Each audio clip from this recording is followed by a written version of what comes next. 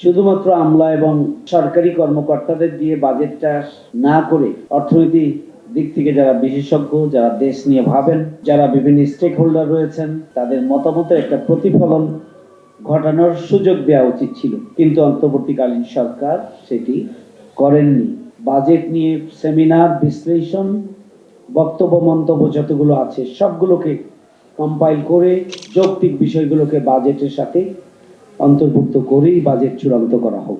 এবারের যে বাজেট কাঠামোগতভাবে অন্তর্বর্তীকালীন সরকার পুরনো কাঠামো দিয়েই ফ্যাসিস্ট রেজিমের যে বাজেটের কাঠামো, সেই কাঠামোর উপরেই ঘষা মাজা করে বাজেট তৈরি করেছেন। স্বাভাবিকভাবে নতুন বাংলাদেশে জনগণের প্রত্যাশা ছিল, নতুনভাবে বাংলাদেশকে গড়ে তুলতে চায়।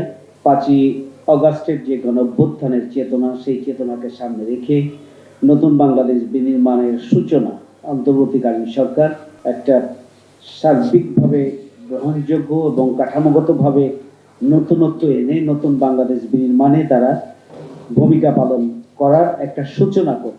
কিন্তু সেই দিক থেকে আমরা আশাহত হয়েছি যে অন্তর্বর্তীকালীন সরকার সময়ের অভাবে হোক, পরিবেশ পরিস্থিতির চাপে হোক, এই বাজেটটিকে নতুন ফরম্যাটে নতুনভাবে উপস্থাপনার জন্য কোনো পদক্ষেপ তারা গ্রহণ করতে পারে।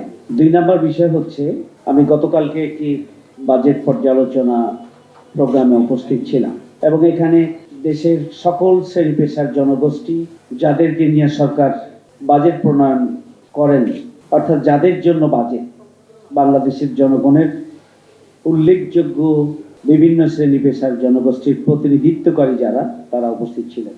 খুবই বিস্ময়ের সাথে আমরা লক্ষ্য করেছি, এই সরকার বাজেট প্রণয়নে, যেহেতু এখানে সংসদ নেই, বাজেট প্রণয়নে সরকারের উচিত ছিল দেশের বিভিন্ন স্টেক যারা, তাদের সাথে পরামর্শ করে বাজেটটিকে চূড়ান্ত করার জন্য একটা স্কোপ, একটা স্পেস রাখা উচিত ছিল অন্তর্বর্তীকালীন সরকার।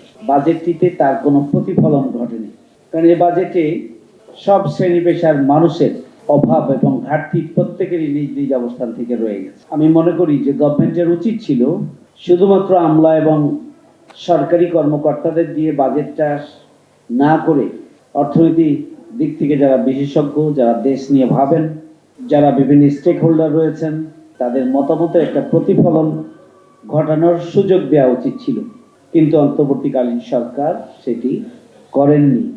ওনারা নিজে নিজেই বাজেট করেছেন, এখন একটা উন্মুক্ত বাজেট মিডিয়ার মাধ্যমে দিয়েছেন। আমি জানি না যে এই সরকার আদৌ যে সমস্ত আলোচনা পর্যালোচনাগুলো বাজেট নিয়ে হচ্ছে সেগুলোকে পয়েন্ট আউট করে সেগুলো এই বাজেটের মধ্যে অন্তর্ভুক্ত করে এবং যেগুলো বাদ দেওয়া উচিত সেগুলো বাদ দিয়ে বাজেটটিকে আবারও জাতির সামনে চূড়ান্ত করবেন না, যা তারা যা দিয়েছেন সেটিকেই তারা চূড়ান্ত হিসেবে রেখে দিবেন, এটা এখনো আমরা জানি না।